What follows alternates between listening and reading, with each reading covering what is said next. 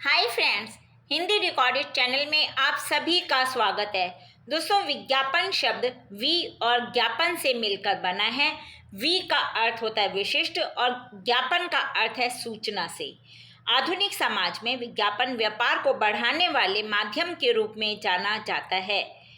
विज्ञापन विक्रयकर्ता का एक नियंत्रित जनसंचार विक्रय कला का एक नियंत्रित जनसंचार माध्यम है, जिसके द्वारा उपभोक्ता को दृश्य एवं श्रव्य सूचना इस उद्देश्य से प्रदान की जाती है कि वह विज्ञापनकर्ता के उत्पाद के विषय में संपूर्ण जानकारी प्राप्त कर सके और उस उत्पाद को खरीद सके। दोस्तों, ये जो विज्ञापन हम विभिन्न माध्यमों से देखते या सुनते हैं, इन्हें लिखते समय किन किन बातों का ध्यान रखा जाता है, आज के अध्याय में हम इसी विषय पर चर्चा करेंगे।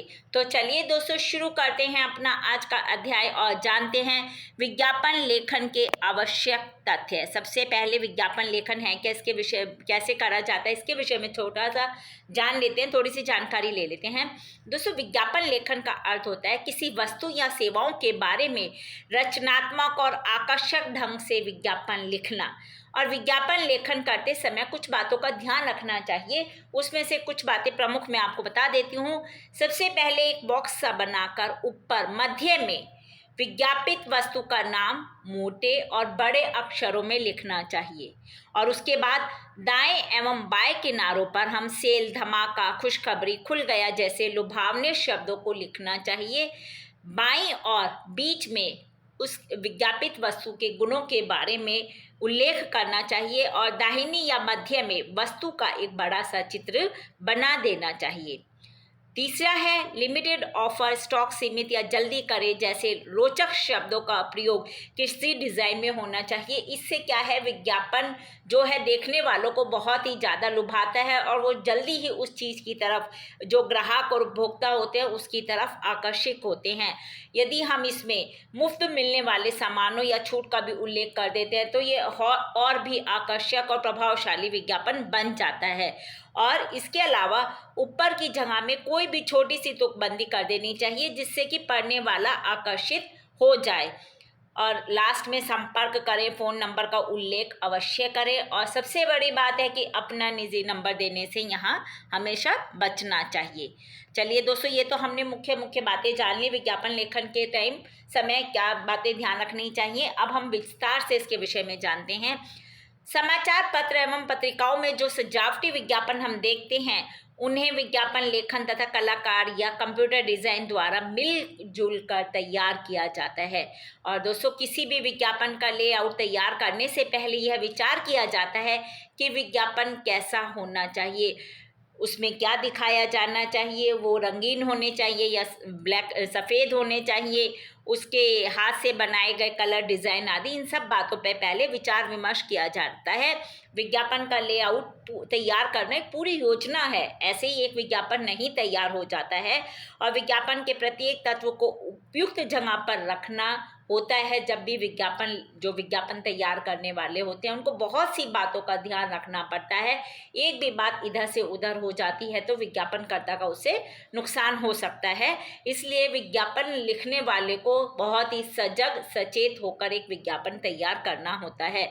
विज्ञापन लेआउट में निम्नलिखित तथ्यों को चयनित किया जाता है। कौन से हैं? पहला है कॉपी। किसी भी विज्ञापन में लिखी जाने वाली समस्त सामग्री को ही कॉपी कहा जाता है।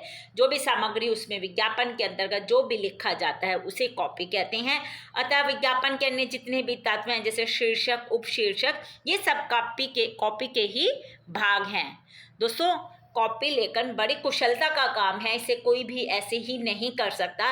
एक अच्छे कॉपी लेखक को उत्पाद, खरीदार, वितरण आदि के लिए कॉपी तैयार करनी होती है, इसलिए उन्हें उसके विषय में संपूर्ण जानकारी होनी आवश्यक है।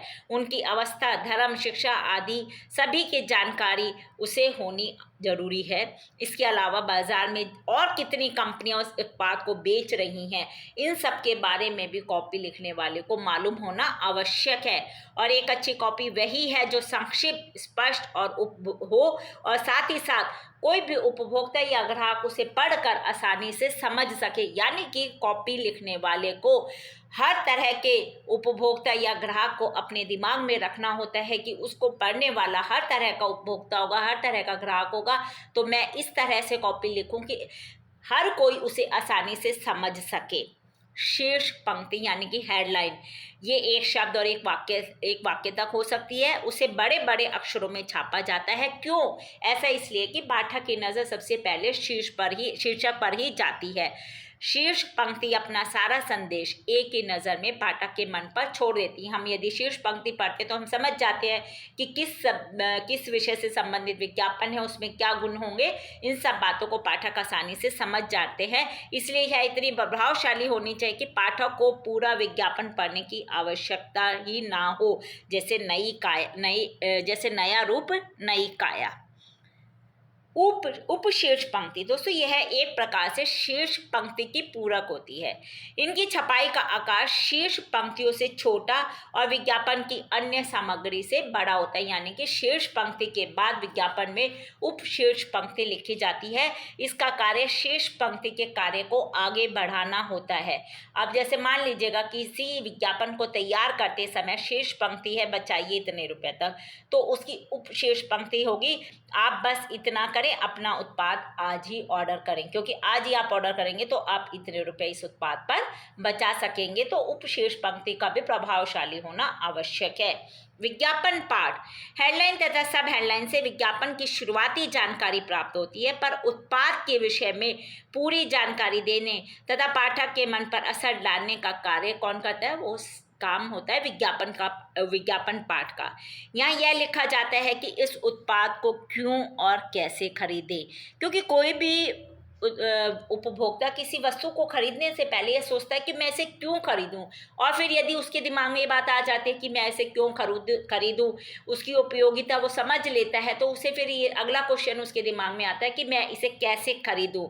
एक अच्छा विज्ञापन पाठ वह होता है जो पाठक यानी ग्राहक को ऐसा करने के लिए मजबूर करे जिसकी अपेक्षा एक विज्ञापन लेखक ने की है। विज्ञापन पाठ में स्पष्टता और निरंतरता होनी आवश्यक है। अगला है चित्र विज्ञापन को आकर्षक बनाते हैं, साथ ही भाषा की कमी को भी पूरा कर देते हैं, क्योंकि एक चित्र बहुत अपने आप में बहुत कुछ कहने की काबिलियत रखता है। इसलिए विज्ञापन में चित्रों की लोकप्रियता और उनकी उपयोगिता सर्वमान्य है। दोस्तों चित्रों के माध्यम से उद्योगों के योग को समझाया जा सकता है। विज्ञापन कितना बड़ा हो, उसमें क्या दिखाया जाए, यह सब इस बात पर निर्भर करता है कि विज्ञापनकर्ता किस उद्देश्य को लेकर विज्ञापन तैयार कर रहा है। अगला व्यापारिक चिन्ह यानी कि दोस्तों ट्रेडमार्क वे होते हैं जिनका कोई भी निर्माता कंपनी अपनी पहचान के लिए विज्ञापन में इस्तेमाल करती है। और जो ये ट्रेडमार्क होती है रजिस्टर कराए जाते हैं, और यह हर कंपनी की निजी संपत्ति होते हैं। यानी कि ऐसा नहीं है कि कोई दूसरा उस ट्रेडमार्क को अपने विज्ञापन में छाप ले, कोई दूसरी और कंपनी वाला। ट्रेडमार्क, ट्रेड नाम तथा ब्रांड नेम तीनों ये एक ही हो सकते हैं। हस्ताक्षर, कोई भी कंपनी अपने उत्पाद को नकली उत्पादकों से बचाने के लिए सिग्नेचर या लोगो का उपयोग विज्ञापन में करती है। वस्तुतः यह व्यापारिक चिन्ह होते हैं, जो ये लोगो होते हैं और सिग्नेचर, इनका उपयोग सिर्फ नकली उत्पादकों से बचने का होता है, और यह व्यापारिक चिन्ह होते हैं एक तरह से, और इन्हें भी रजिस्टर कराया जा सकता है ताकि नकली चीज़ों से, नकली उत्पादकों से हम सावधान रह सकें। दोस्तों सफ़ेद जगह, किसी भी विज्ञापन में जितना महत्व उसके कॉपी और उसका होता है, उतना ही सफ़ेद जगह का भी महत्व होता है। सफ़ेद जगह के कंट्रास्ट में चित्र उभर कर आते हैं, और यह एक सीमा में ही रखी जाती है। दोस्तों विज्ञापनकर्ता को इस खाली सफ़ेद जगह की भी उतनी ही कीमत चुकानी पड़ती है। ऐसा नहीं है कि जो विज्ञापन के बॉक्स के अंदर विज्ञापन लिखा है और उसमें जो खाली सफ़ेद जगह है वो उसकी, ऐसा नहीं है कि उसकी कीमत नहीं देता। एक विज्ञापनकर्ता उसकी भी कीमत चुकाता है। बॉर्डर, विज्ञापन के लेआउट को आकर्षक बनाने के लिए इसमें इसके चारों ओर बॉर्डर बनाए जाते हैं, और फिर बॉर्डर बन जाने से विज्ञापन आसपास के विज्ञापनों से अलग दिखाई देता है। और दोस्तों ये जो बॉर्डर बनाए जाते हैं इन्हें भी रचनात्मक बनाया जा सकता है। जैसे मान लीजिएगा कि चीनी मिल का कोई विज्ञापन है, तो उसके चारों तरफ यदि हम बॉर्डर बनाते हैं तो उसमें छोटे छोटे गन यानी कि जो चीनी के दाने होते हैं इस तरह से उनको सजा के आकर्षक बनाया जा सकता है। इससे बॉर्डर देखने में आकर्षक लगेगा और लुभावना भी लगेगा। तो दोस्तों ये हमने जाना विज्ञापन लेखन तैयार करते समय किन किन बातों का और क्या क्या चीज़ें एक विज्ञापन लेखक के दिमाग में होती हैं और उसे किन किन बातों का ध्यान रखना चाहिए। हिंदी भाषा के और भी प्रमुख विषयों पर हम आगे के अध्याय में समय समय पर इसी प्रकार चर्चा करते रहेंगे। पर दोस्तों उसको सुनने के लिए आपको मेरे इस चैनल को लाइक और सब्सक्राइब करना होगा। धन्यवाद दोस्तों, आपका दिन शुभ हो।